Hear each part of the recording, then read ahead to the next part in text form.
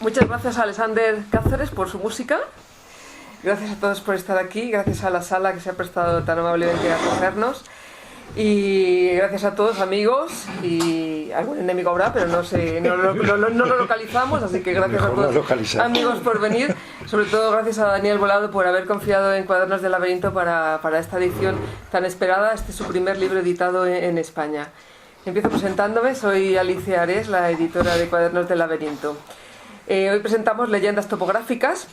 Es un libro muy especial. Verán que hemos además elegido un formato atípico, un formato apaisado, porque queríamos que la tipografía y el juego del papel y de las letras acompañasen a lo que Daniel buscaba. En este libro nos vamos a encontrar 23 lugares inventados, una especie de cartografía imaginaria, que van también acompañados por 6 historias de animales en extinción o ya extintos, que representan lo que se ha ido, todo lo que ya no nos acompaña, pero que permanece en nosotros como una especie de impronta que nos acompaña. Todos los libros y todos los viajes empiezan por un paso. Daniel es experto en viajar, quien le conozca sabe que ha recorrido el mundo, que ha vivido en muchos lugares, por ejemplo en Grecia, en Israel, en Estados Unidos, en Inglaterra, hasta llegar a España, donde esperamos que se quede, aunque él siempre está deseando viajar. Para bien o para mal. Porque sabemos que a él le gusta perderse. Eso es lo que nos ha contado en muchas ocasiones. Le gusta perderse, le gusta sentirse indefenso al llegar a un sitio nuevo. Quizás eso es lo que le ha acompañado al escribir estas leyendas topográficas, que están situadas en ningún sitio preciso. Son lugares inventados y, como decía Germán del Ville, en los sitios de verdad, los que realmente importan, no están marcados en ningún mapa. Esto acompaña todo el libro de Daniel en las 26 leyendas topográficas que componen el libro. Quiero presentar un poco somoramente a Daniel unos datos biográficos.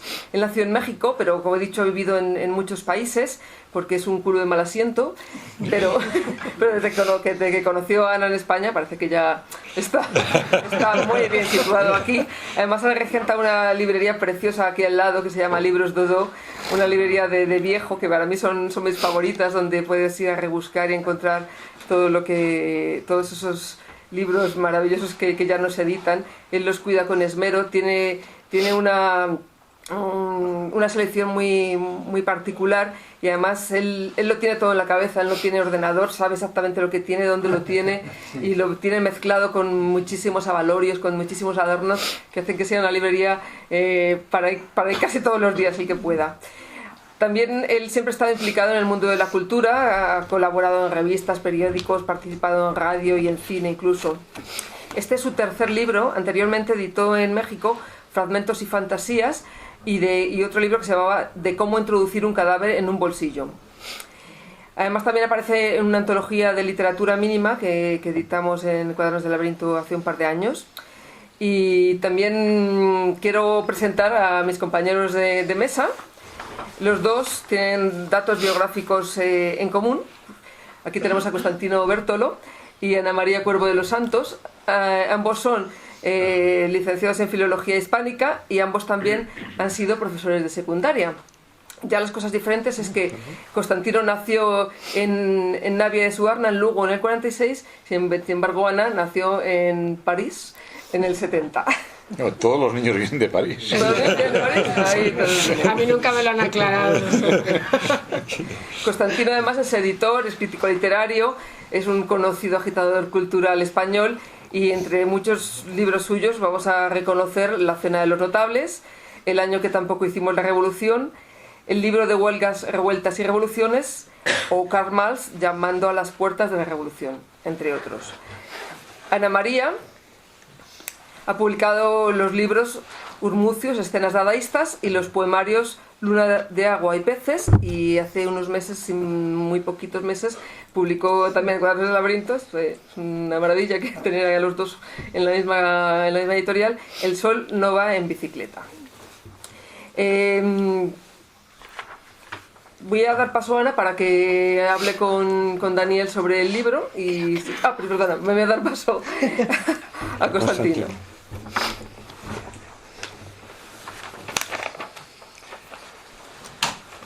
Bueno, pues buenas tardes a todos. Muchas gracias a la editorial. Muchas gracias a Daniel. Yo conozco a Daniel de entrada en la librería de Viejo, ¿no? Primero me llamó la atención el nombre, porque sabía que el dodo era un pájaro extinto, ¿no? de la zona de la isla de la Reunión, Mauricio, por ahí, me parece. Sí. Y bueno, lo bueno que tienen las librerías de Viejo cuando uno tiene mi edad es que se encuentra con los libros de cuando era joven. O sea, todo ya, a partir de cierta edad, todo es de segunda mano. La verdad es que es una librería que da gusto entrar, en mi caso porque se reencuentra uno con su juventud y la lectura de juventud, pero siempre porque está, como bien ha dicho la editora, me parece que es alguien que tiene su librería en la cabeza, lo cual no es muy frecuente.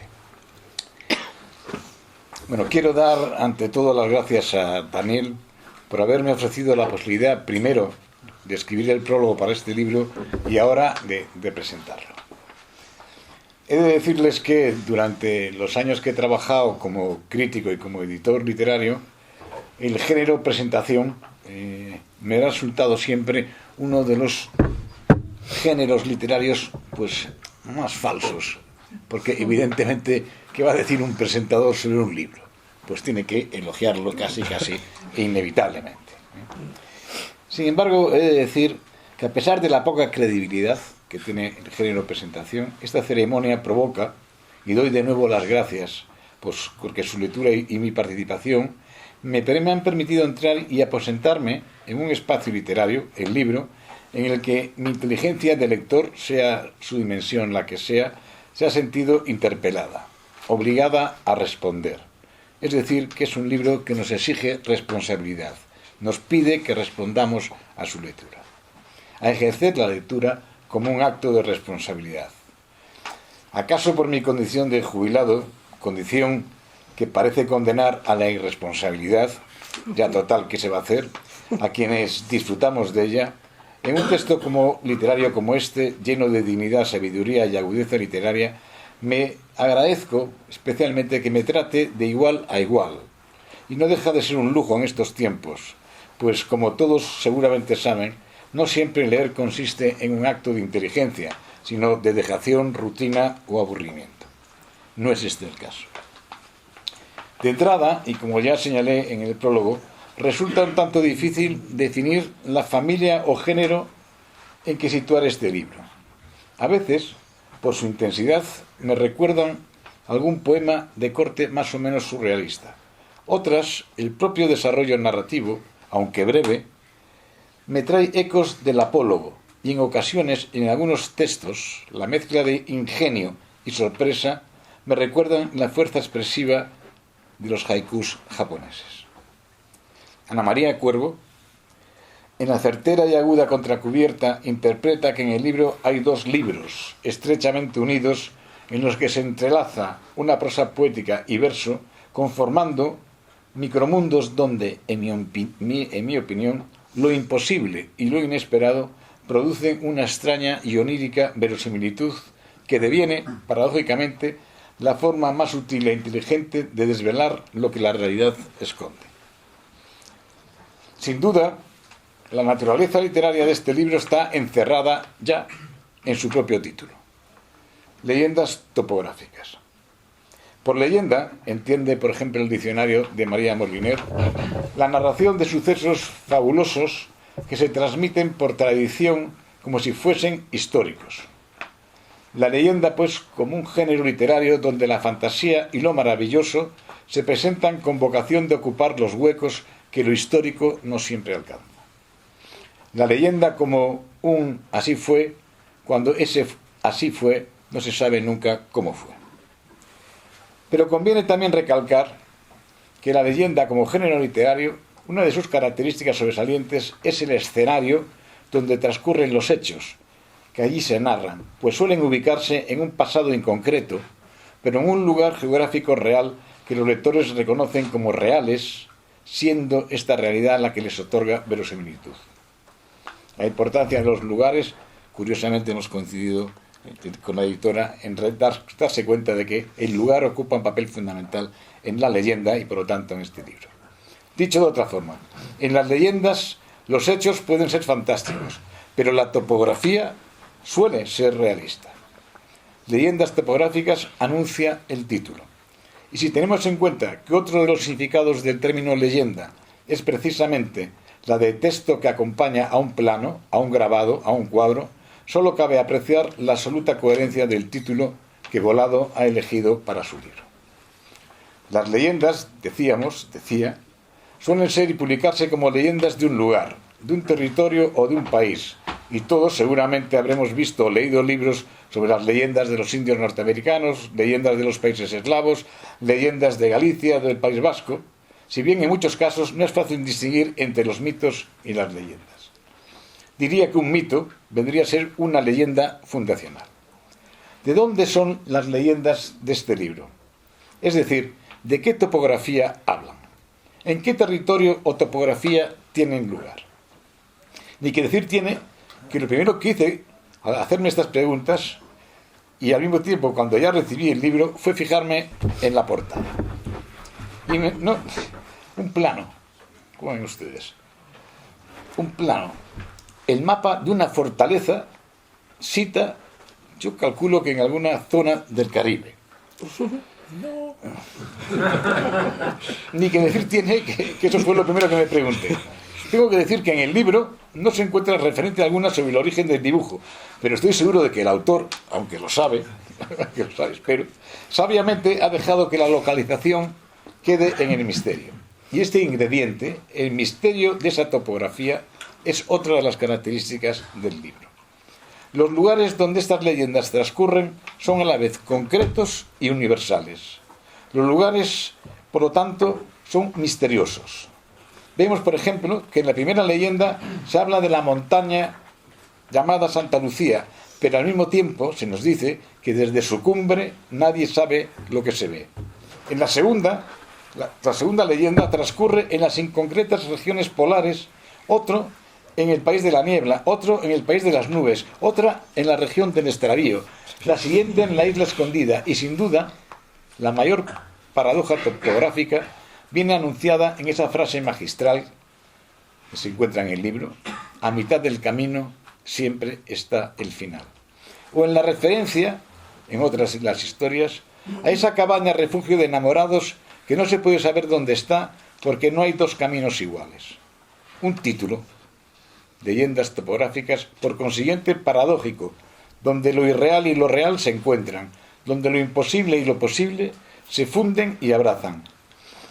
Volado logra así levantar un plano magistral de los espacios para sus narraciones, donde la fantasía, la imaginación se hacen geografía, topografía literaria. Personalmente, el libro me produjo una sensación de desasosiego estético y existencial que me obligó a releerlo con especial atención. Cuando era un lector más joven, siempre, al terminar la lectura de un libro, solía preguntarme qué era lo que cada determinado libro me daba. Me daba placer, conocimiento, entretenimiento, experiencia, fuerza. Es decir, buscaba la utilidad de su lectura. Ahora, cuando uno tiene más vida por detrás que por delante, la pregunta que me hago es la de ¿qué quiere este libro de nosotros?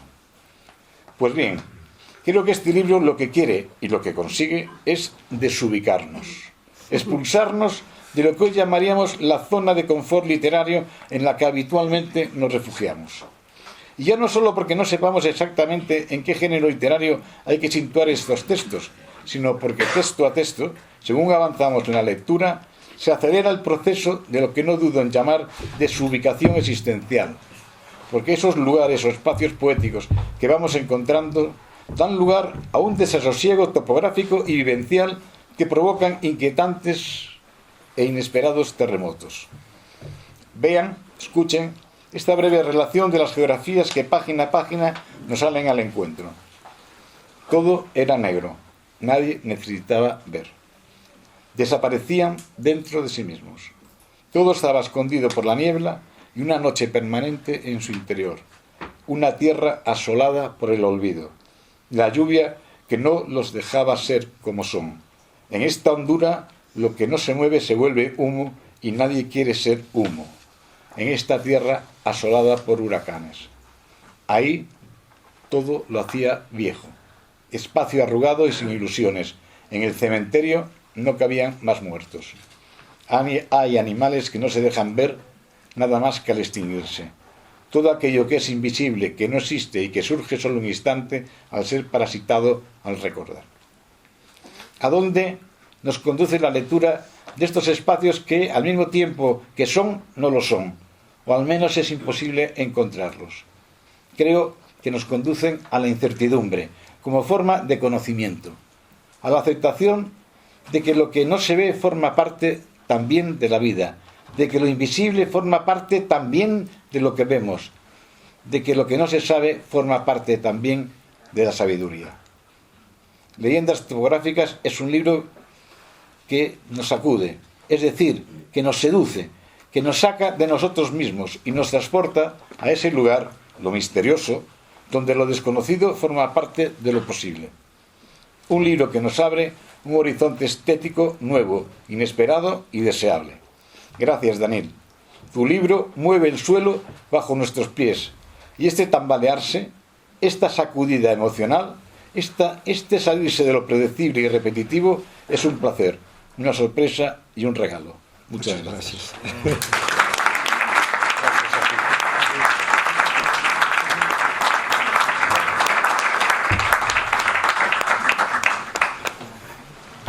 Bueno, pues buenas tardes a todos. Ahora me toca a mí.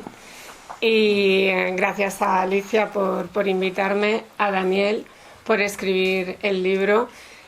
Y bueno, el primer relato de las leyendas topográficas, como ha dicho Constantino antes, habla de Santa Lucía, o más bien de la ceguera. Y el segundo relato, el que viene detrás, concluye: todo era negro, nadie necesitaba ver. Te pregunto, Daniel, ¿los personajes de estos relatos iniciales viven una especie de catarsis, una felicidad que les permite ignorar lo que les rodea? A ver, bueno, antes que nada, hoy es Santa Lucía, curiosamente. ¿Ah, sí? Hoy es 13 de diciembre. La patrona de los ciegos. Exactamente, lo cual agradecemos esta coincidencia. Pero bueno, fuera de eso, creo que en los dos textos que comenta Ana, es una ceguera diferente. La de Santa Lucía, de hecho, es una ceguera de conocimiento.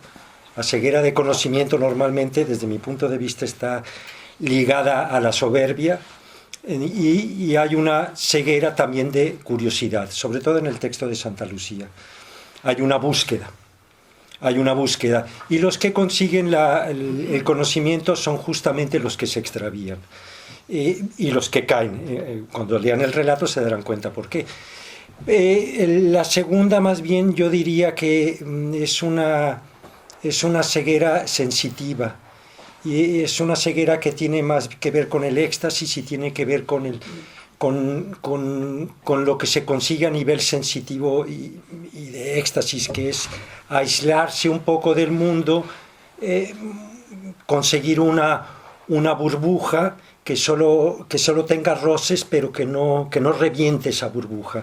Entonces, esa ceguera buscada en el mundo es sensitiva. Entonces, yo creo que son diferentes. De hecho, creo que en el libro se hablan de diferentes tipos de cegueras, simbólicamente hablando, claro, metafóricamente hablando.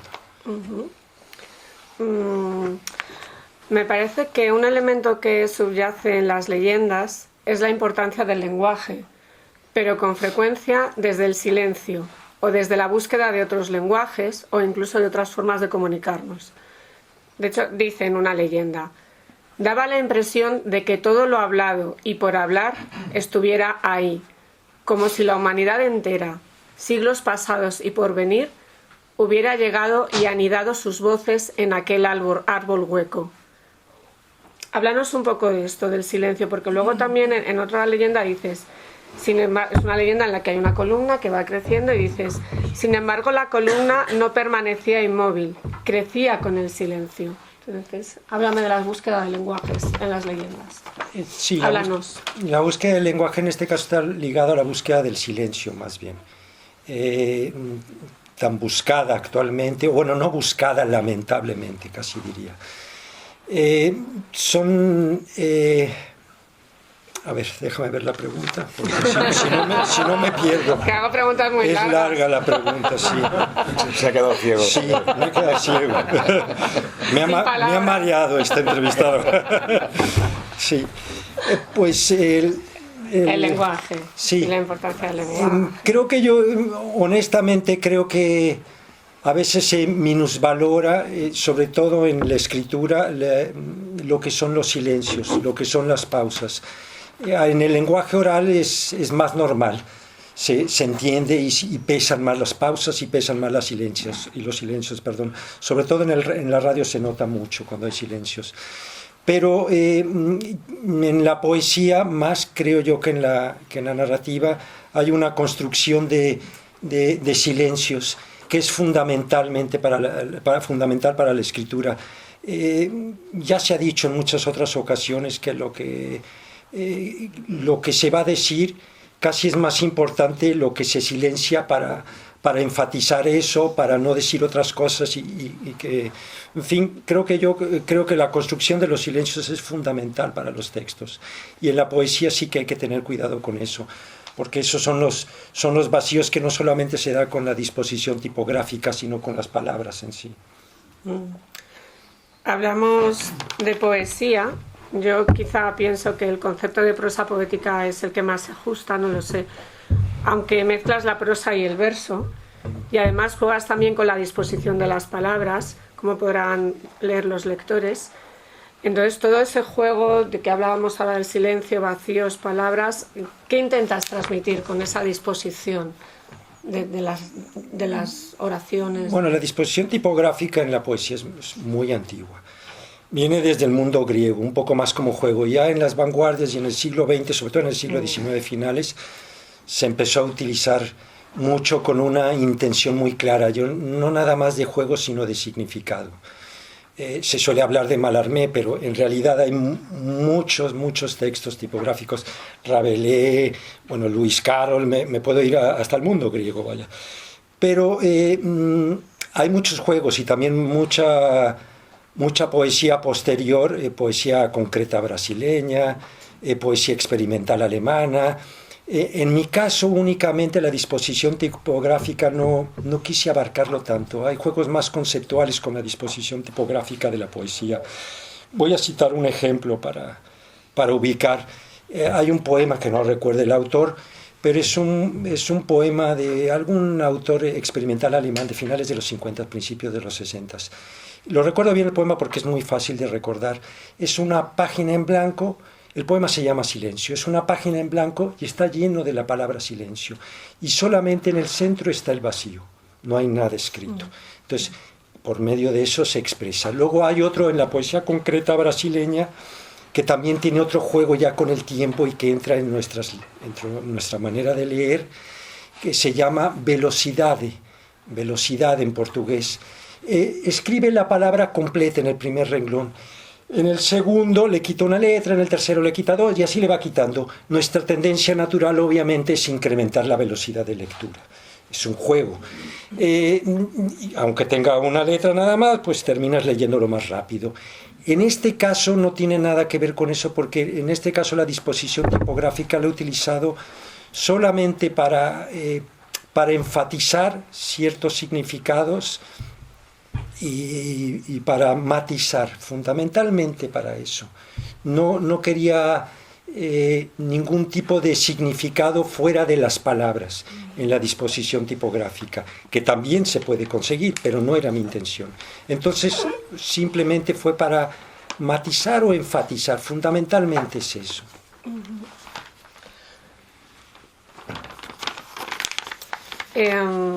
Esto es un libro de leyendas topográficas. Ha hablado Constantino de esos lugares indeterminados. Bueno, háblanos tú de esos lugares que aparecen en las leyendas. ¿Cómo surgen? ¿Dónde están? ¿A dónde nos llevan? santo cielo. Venga, ánimo. Esto pasa por invitar a filólogos aquí. Qué pesados. Pues a ver, son ficciones. Yo empecé a escribir un texto, que se los voy a leer porque es muy breve. Cuando lo estaba escribiendo en casa, Ana me dijo, pero ¿para qué estás escribiendo esto si nosotros te vamos a presentar? Tú no tienes que presentar el libro, ¿no? Entonces digo, pues sí, tienes razón, lo dejé ahí. Y hablo un poco de eso. Hablo un poco de eso porque en realidad a mí con el tiempo me vino a la cabeza, sobre todo al escribir esto, diciendo, ¿por qué tenía yo que escribir de lugares una persona que ha vivido tan desarraigado desde niño? Ahora no, ahora estoy cambiando, me estoy haciendo viejo, entonces ya se sabe, ¿no?, lo que pasa.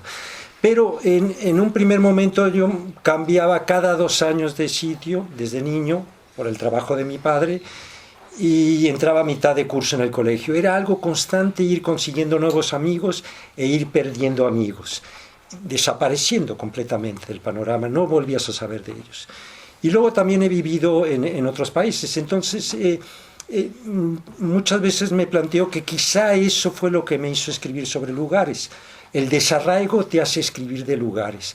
Ahora yo no siento arraigo con ningún lugar, obviamente. Entonces, siento más arraigo quizá ante las ficciones, ante los lugares de ficción, ante la imaginación. Tengo más arraigo con la imaginación que con un territorio, por decirlo llanamente. Normalmente la gente suele tener más arraigo quizá con el territorio. No es mi caso. Son totalmente ficticios. Digamos que brotaron 2 o 3, para decir algo sobre la pregunta que me hace Ana. En el momento que tuve 2 o 3 en la mano, me di cuenta que se estaba construyendo una serie sin querer, sin intención. De hecho, yo no tuve intención de escribir este libro.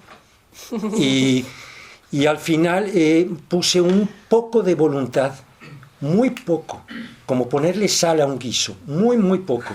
Pero fue suficiente, porque en cuanto pensaba yo, pues un sitio, pensaba madera, fuego, lava, personajes de lava, se empezaba a construir solo, como poner una semilla en la tierra y empieza a crecer solo, sin que tú lo cuides además, como en una tierra fértil, como si ya fuera yo una tierra fértil para eso. O sea, el desarraigo me había hecho ser fértil para escribir sobre sitios ficticios. Entonces, pues... Vamos ya así. con la creatividad, ¿eh? Tomad todos nota, bueno, sobre todo los de filología. Pasemos a la siguiente pregunta.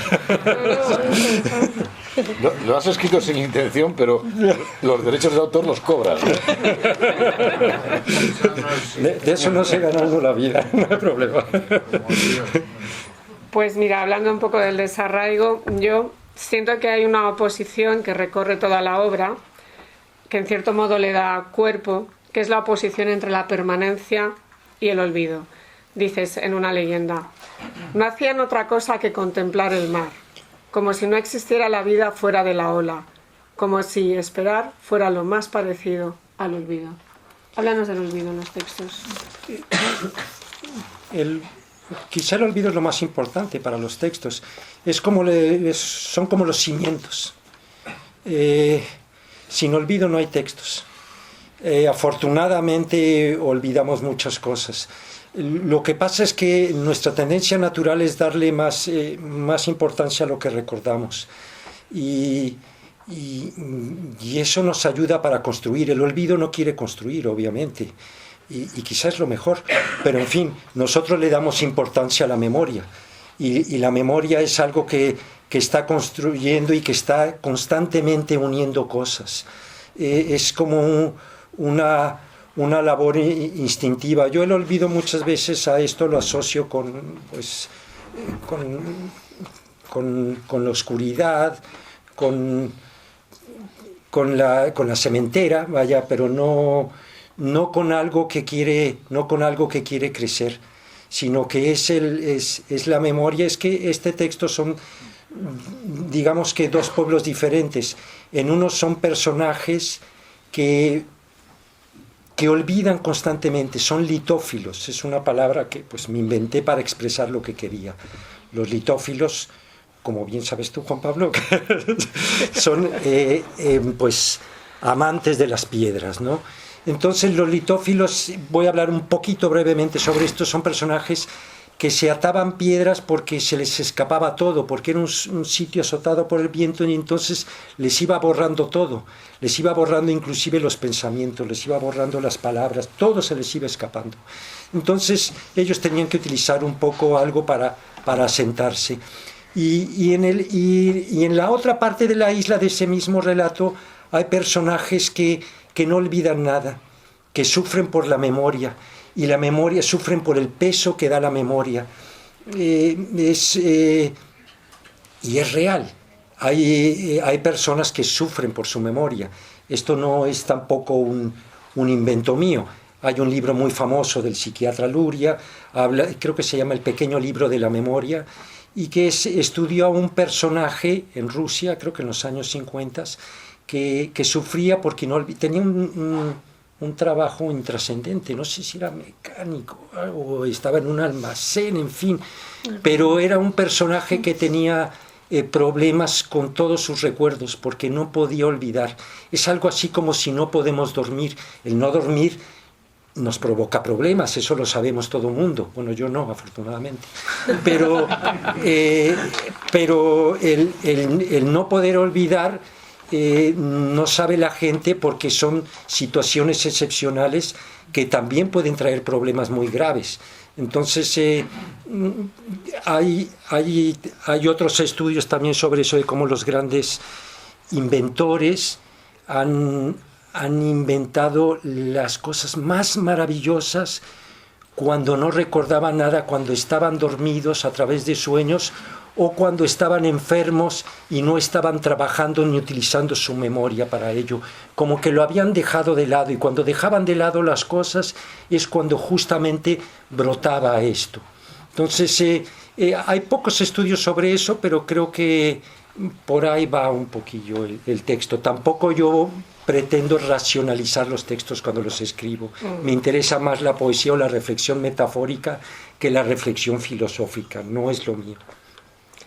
Pues este olvido nos lleva a la segunda parte del libro, que es Historias de extinción, donde se habla de animales que se han extinguido, como si hubiera un juego de espejos que dibujara mundos que aparecen y desaparecen.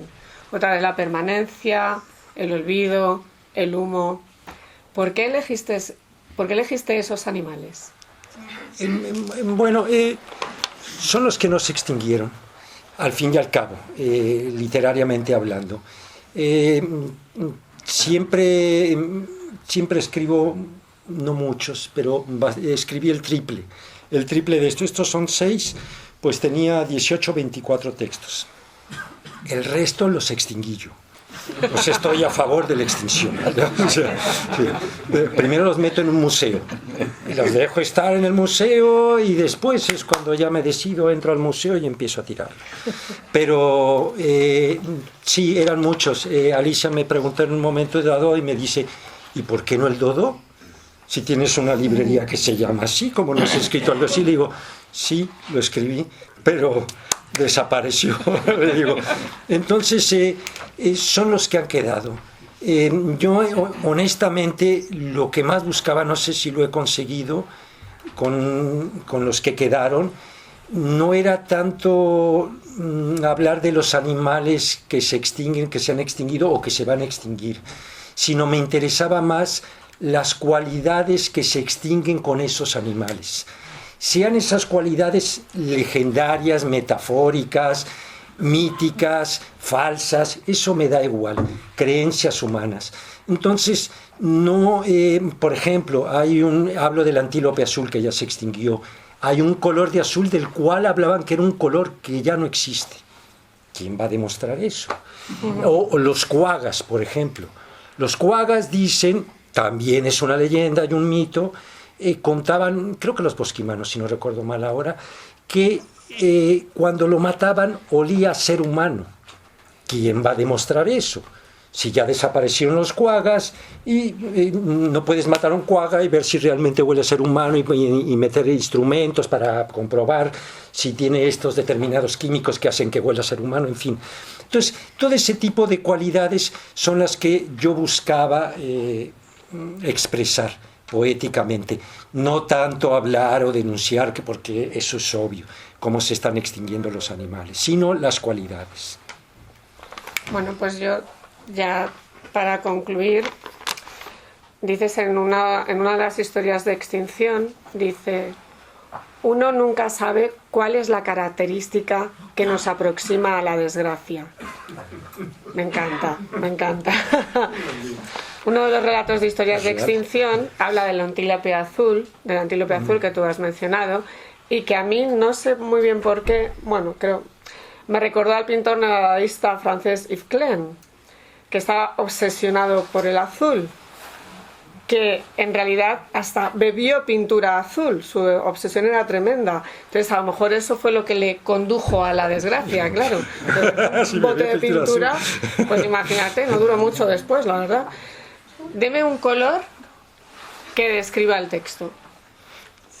Bueno, antes de eso, por lo que hablabas anteriormente, yo creo que es algo muy real. Uno nunca sabe la cualidad que nos lleva a la extinción o algo así, o a la desgracia. Ah, desgracia. Hay muchas historias de esto, de cómo de repente alguna debilidad que fue debilidad durante 50, 100, 500 o 1000 años y que fueron extinguiendo ese animal, justamente esa debilidad es la que los va a hacer sobrevivir cuando hay cambios. También creo recordar que con los kiwis, había kiwis más grandes y otros más pequeños. Llegó un momento dado en que los que se extinguieron fueron los grandes. Entonces, y los pequeños pudieron sobrevivir por diferentes circunstancias, ¿no? Pero yo creo que muchas veces lo que sucede es que nuestras grandes debilidades a veces pueden ser nuestras grandes fortalezas y no nos damos cuenta de ello. A veces es error nuestro, no nos damos cuenta de ello, y a veces es cuestión de contexto histórico, y a veces la historia da la vuelta y nos convierte nuestras grandes debilidades en nuestras grandes fortalezas. Con esto quiero decir que todo es un poco aleatorio y azaroso. Entonces, luego, con respecto a los colores, pues yo no daría un color, porque sí que menciono colores en los diferentes. Diría que cada hoja tiene un color, o que hay hojas que tienen varios colores, como sucede creo que en lo de sobre los esquimales, donde hablo que las emociones van dando diferentes colores. Entonces ahí hablo del rojo, del azul, no sé, hablo de diferentes colores. Entonces hay leyendas que tienen varios colores, hay otra que tiene una, y hay algunas que no se puede ver el color. Y aunque no hable del negro o de la oscuridad, pues no hay color. Pero en general varía, no hay un color que pueda definir el libro, o por lo menos no lo puedo decir yo. En todo caso diría que la oscuridad, no un color. En fin. ¿Es todo? Creo, por lo que estoy viendo.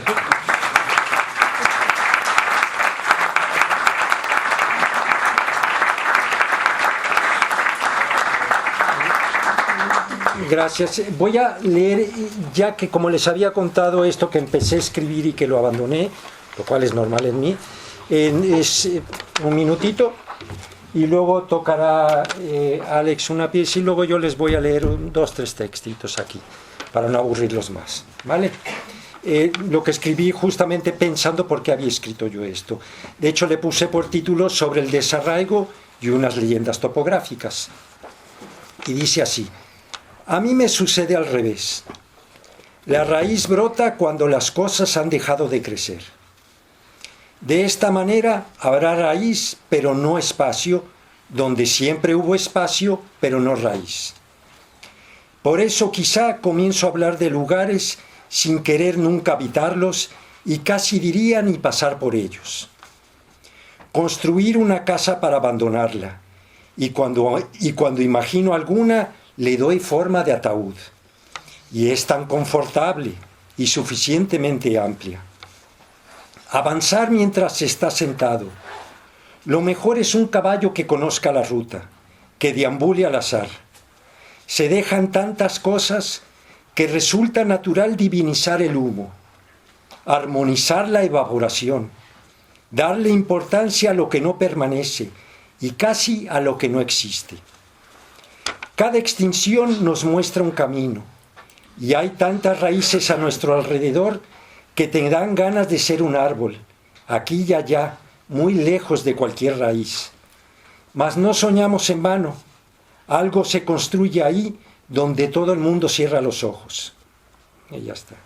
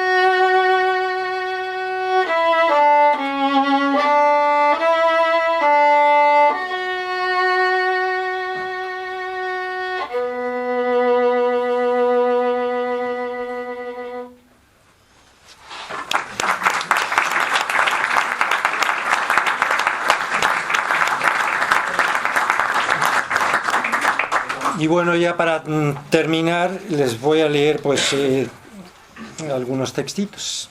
Prometo no alargarme, ya sé que ya están cansados, pero ahí va.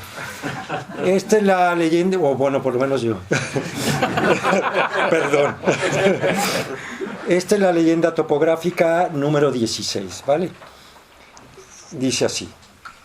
En aquella tierra fértil nadie podía ocultar sus deseos, pues si había un deseo, brotaba un manantial bajo los pies. A veces, el que estaba al lado decidía probar el agua, que podía darle salud y una inmensa alegría o provocarle enfermedad y tristeza. Ni siquiera el que originaba el manantial sabía cómo le sentaría al que lo bebía. Tampoco bebían del suyo, pues era tóxico hacerlo. Por lo demás, uno siempre es tóxico para uno mismo. Los más ancianos eran muy apreciados, porque podían beber de cualquier agua sin riesgo. Se les consideraba catadores de manantiales, expertos en deseos, aunque no siempre decían la verdad. Y ahora les voy a leer la número 19.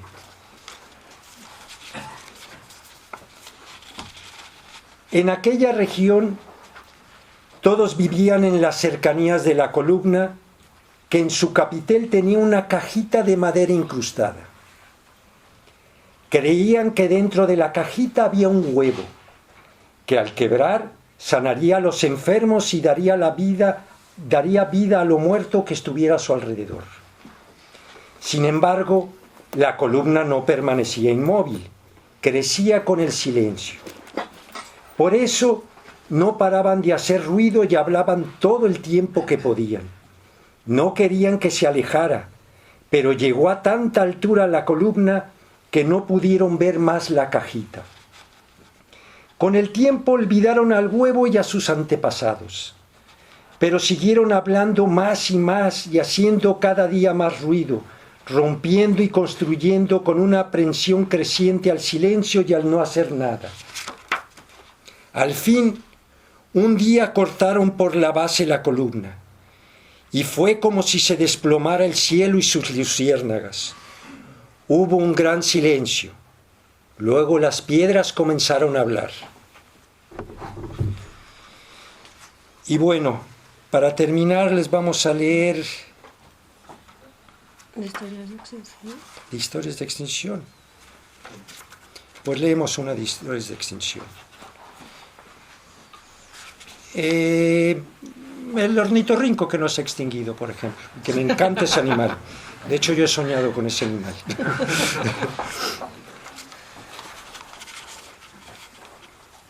Al ornitorrinco se le calificó de animal paradójico, porque tenía tetillas de mamífero, pico de pato, patas palmeadas y ponía huevos. Estudiando su cuerpo disecado, se llegó a la conclusión de que no existía, que era un truco, algo creado en el Oriente, como las famosas sirenas que hacían los chinos con monos y cola de pez, cosidos de una manera tan sutil que parecían reales. Menos mal que se dudó de su existencia durante muchos años, si no, tal vez ya no existirían, como las sirenas, que se creyó tanto en ellas que no necesitaron existir para desaparecer. Y bueno, ahí está.